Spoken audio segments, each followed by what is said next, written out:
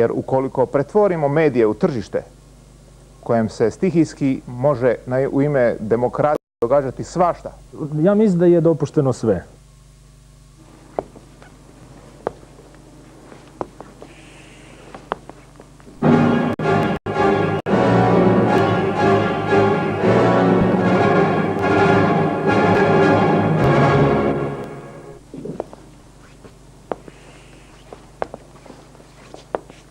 Virtuozni glazbeni ukras od kojeg smo posudili ime, filmska vrsta na koje ono podsjeća, brza izmjena jedne i druge njoj susjedne note, dramaturgija neočekivanog, iznenađenja i uzbuđenja. Sve to u metafori i na dijelu u programu redakcije ozbiljne glazbe Hrvatske radiotelevizije. Drukčije o glazbi u Trileru.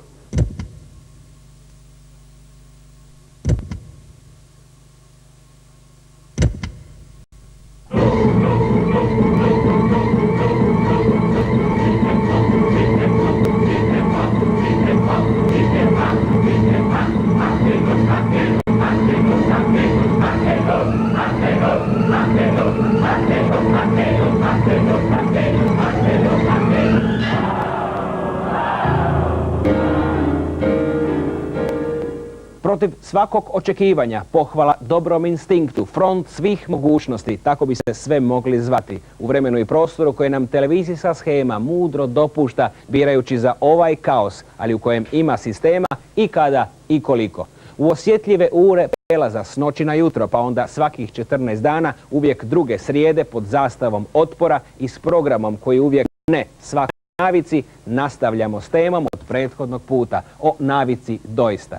Našom otvorenom glazbenom burom, o jednoj dobroj staroj konvenciji glazbenog života ili života glazbe, o koncertu. Zato smo i odijelo zadržali. Prisjetimo se prvog susreta. Koncertovanje opodne u zatvorenih prostorijah ne nalazi nikakva odziva u našem općinstvu. Bud ne odgovara našim navikama. Prvo je to bila skica koncertantnog života, svečanosti, poklonstvo glazbe sa starim šarmom, gemütlich i s puno dostojanstva. Sve iz 19. stoljeća, vremena kad su se koncerti kao glazbeni i društveni rituali institucionalizirali. Hej, gospođice, poskidajte šeširče! Hej, ljepotice, poskidajte suknjice! Potom je to bila reportaža s jednog događaja, glazbenog događaja, koji je koncert kao prošlo zatvoreno vrijeme institucije pokušao narušiti, otvoriti za novo. Predstavljanje dijela mladih hrvatskih skladatelja Srećka Bradića i Dalibora Bukvića na Zagrebačkom bijenalu, kojem smo odmah pridružili snimku sličnog, drukčijeg koncerta glazbene predstave doista iz londonskog Royal Albert Halla.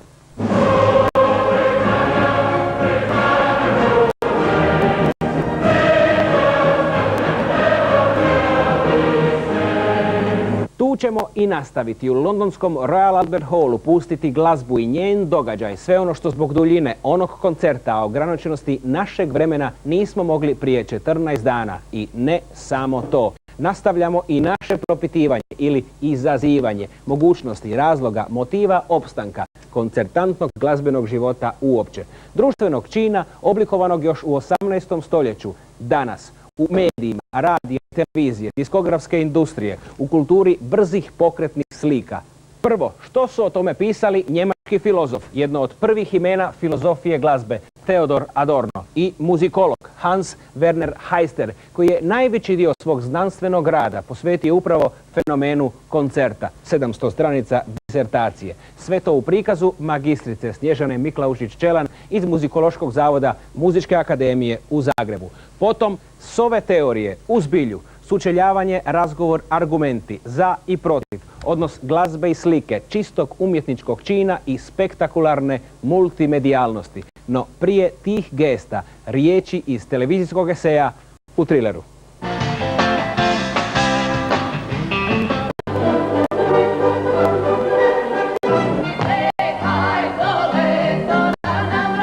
Na pitanje što sve danas treba sačinjavati glazbeni život jednog grada, teško je odgovoriti kratko i jednoznačno, s obzirom na različite želje, ukus i odnos glazbene publike.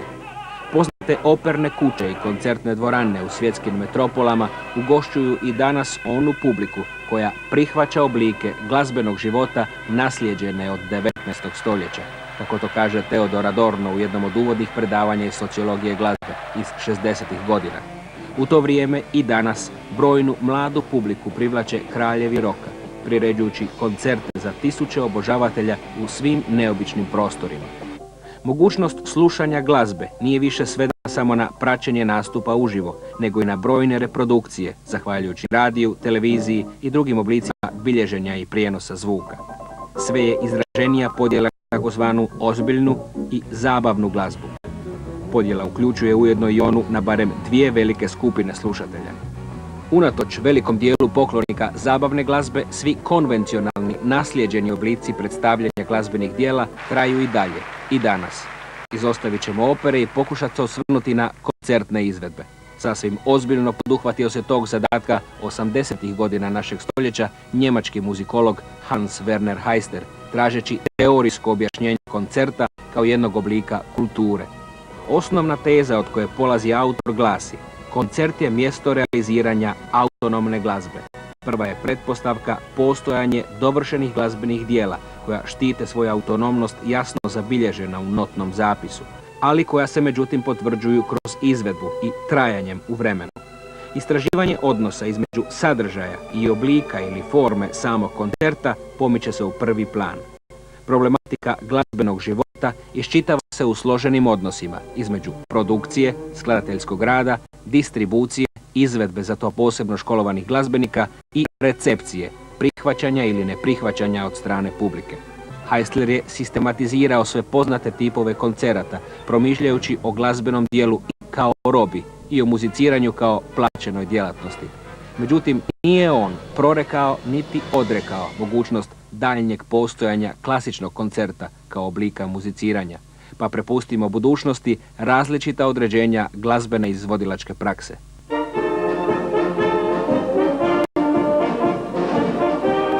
Ovo znači s teorije u zbilju, kao što smo najavili, u sučeljavanje, u razgovor, s povodom naravno.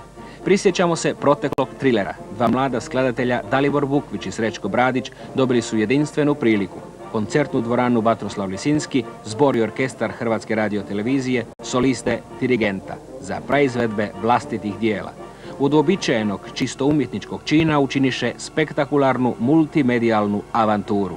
Za triler O njoj govore protiv skladatelj, muzikolog i publicist Emil Čić, diplomant Muzičke akademije u Zagrebu i Bečkog konzervatorija. Njegov veliki rekvijem za orkestar, zbor i soliste praizvešće se ove godine na Osorskim večerima. Za triler govori za i redatelj nesvakidašnjeg koncerta mladih skladatelja u Zagrebu, Dražen Ferenčina, student 3. godine režije i također još jednog fakulteta, filozofskog. Redatelj hit predstave prošlog ljeta na Zagrebačkoj Opatovini, Romanca o 3 ljubavi. Za triler o koncertu kao formi, Emil Čić i Dražen Ferenčina.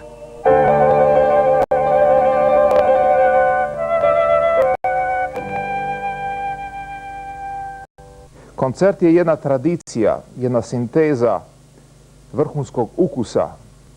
Ako se držimo tradicije, ako se držimo visokih kriterija koji su ispitani kroz stoljeća europske tradicije, onda se znade otprilike koja ceremonija pripada koncertu. Na koncertu se ne može i ne smije događati ništa što odgovara nečijim tržišnim hirovima ili nekim proizvodnim ili plitkim dosjetkama.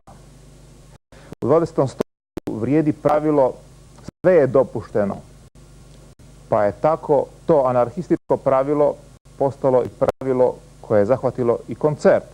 Znači, pravilo sve je dopušteno jest načelo koje je anarhiziralo kao jedan nakazni moralni kriterij ne samo koncert, već i politiku i sve segmente života.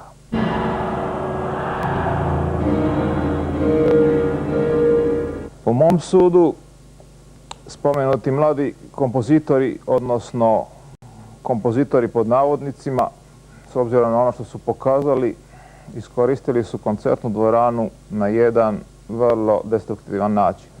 Ono što su dotični skladatelji napravili spada u stvari u persiflažu, parodiju, dakle u izrugivanje određenih određenih segmenata vrijednosti. No, moram uzeti u obzir njihovo neznanje socijalnih i političkih prilika koje su dovele do toga da oni smiju raditi to što su napravili.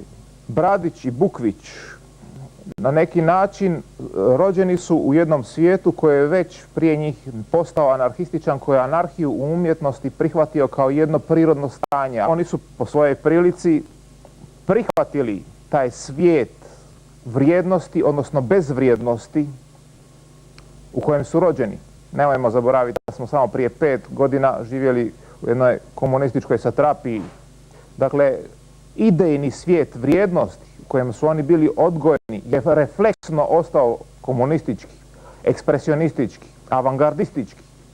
Tako da su oni u stvari na pozornicu mehanički ponovili ideologiju koja je posijana početkom 19. stoljeća, a da nisu ni bili svjesni što su u stvari činili. Sa svoje strane željeli su se istaći i primijećeni su. Umjetnički nisu dali ništa, a politički su postali na neki način refleks jednog idejnog stanja koje je nastalo relativno davno. Naravno, dopuštam si da se malo ogradim, pa da kažem možda će u budućnosti pokazati nešto više, nešto bolje.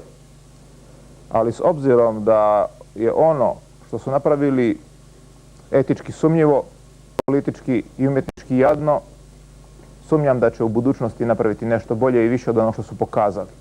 Došli su u prvi plan, ali ne bi im preporučio da u prvom planu na taj način i ostanu.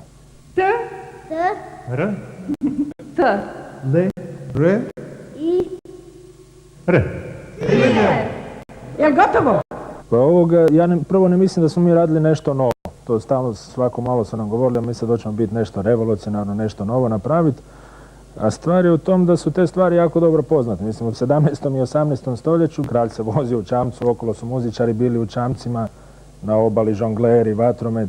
Bili kod nas u Zagrebu, u Patečićevoj kuli, gdje je za vrijeme karnevala u 18. stoljeću bio koncert barokne glazbe, gdje su muzičari bili polugoli, goli, bilo je svakakvih opasnih radnji, tako da je u tadašnje vrijeme Kaptol zagrebački htio zabraniti karnevalske svečanosti. Ali evo, do zabrane nije došlo, znači nešto slično što se i nama događalo. A zajedničko svemu tome koji je u ovom našem koncertu je to vjerojatno da se pokuša privući što veći broj publike. Jer nije rijetkost da u jednoj takvoj opuštenijoj atmosferi, ono glavno, a to je glazba, puno lakše komunicira s publikom i ljudi drugi put odlaze na koncert.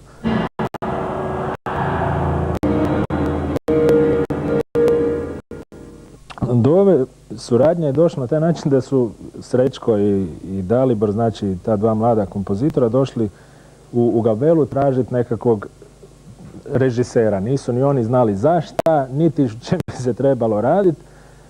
I onda slučajno smo nekako stupili u kontakt i kad su oni meni objasnili da oni žele nešto, da ne znaju ni sami što, ali da hoće nešto ludo i nesvakidašnje, jedan neobičajni, malo drukčiji način prezentiranja ozbiljne glazbe. Pričali smo nekoliko ideja, je došlo samo od sebe, da to mora biti u nekom Monty Pythonovskom stilu. Sjetili smo se da bi tu trebala biti nekakva limena glazba koja prolazi tu cijelo vrijeme s razlogom ili bez razloga. I uglavnom složili smo se da pokušamo to napraviti. Dozvoljavam mogućnost ovoga da se postigne jedan kontraproduktivni efekt, da to možda nekome zasmeta, ali recimo znam da na našem koncertu jedan od razloga kao zašto je prvi put bio zabranjen, da bojali su se organizatori da mi nećemo dekoncentrirati orkestar, da će to smetati dirigentu, muzičarima. Ali moram reći da su svi bili jako blagonakloni, od Paronija, dirigenta pa do gospodina Klime. I svi su to s velikim simpatijom i svi su nam izlazili u susret bez ikakvog problema šta god je trebalo. A ista stvar, ja mislim da se ipak dogodila i sa publikom. Sad pregovaramo neke stvari, taj koncert bi trebao se sad da li ovo ljeto ili iduće ponoviti u Puli. Sad, da li ponoviti, ja još ne znam konceptualno kako bi to trebalo izgledati, to normalno trebalo bi sve to biti puno veće, spektakularnije. Uglavnom trebalo bi biti puno više tih video zidova Ovdje u Zagrebu su bila sad 2, dolje bi ih trebalo biti 6, 7, dolje bi zbilja trebao biti velik vatromet, jer ovo je ipak zatvorena dvorana, to se nije moglo napraviti. Znači, ogroman broj lasera, a sad da bi se to omogućilo treba riješiti puno nekih stvari, a najprije naravno financijske. Ali u svakom slučaju nismo odustali evo od ovakvog načina prezentiranja glazbe. Vrijedi li suditi pro et kontra i osuditi ono što učiniše mišlju ili dijelom drugi? U nekom trileru možda i da, ali mi takav triler nismo. Rekli smo to u prethodnom susretu i ponavljamo to i danas, odnosno noćas ili na pragu onog jutros. Prelistali smo literaturu sa slikama u televizijskom eseju. Postavili smo mali zaplet, čuli pitanja, dali argumente i izazvali. Rasplest ćemo sve glazbom, za i protiv. Evo kako.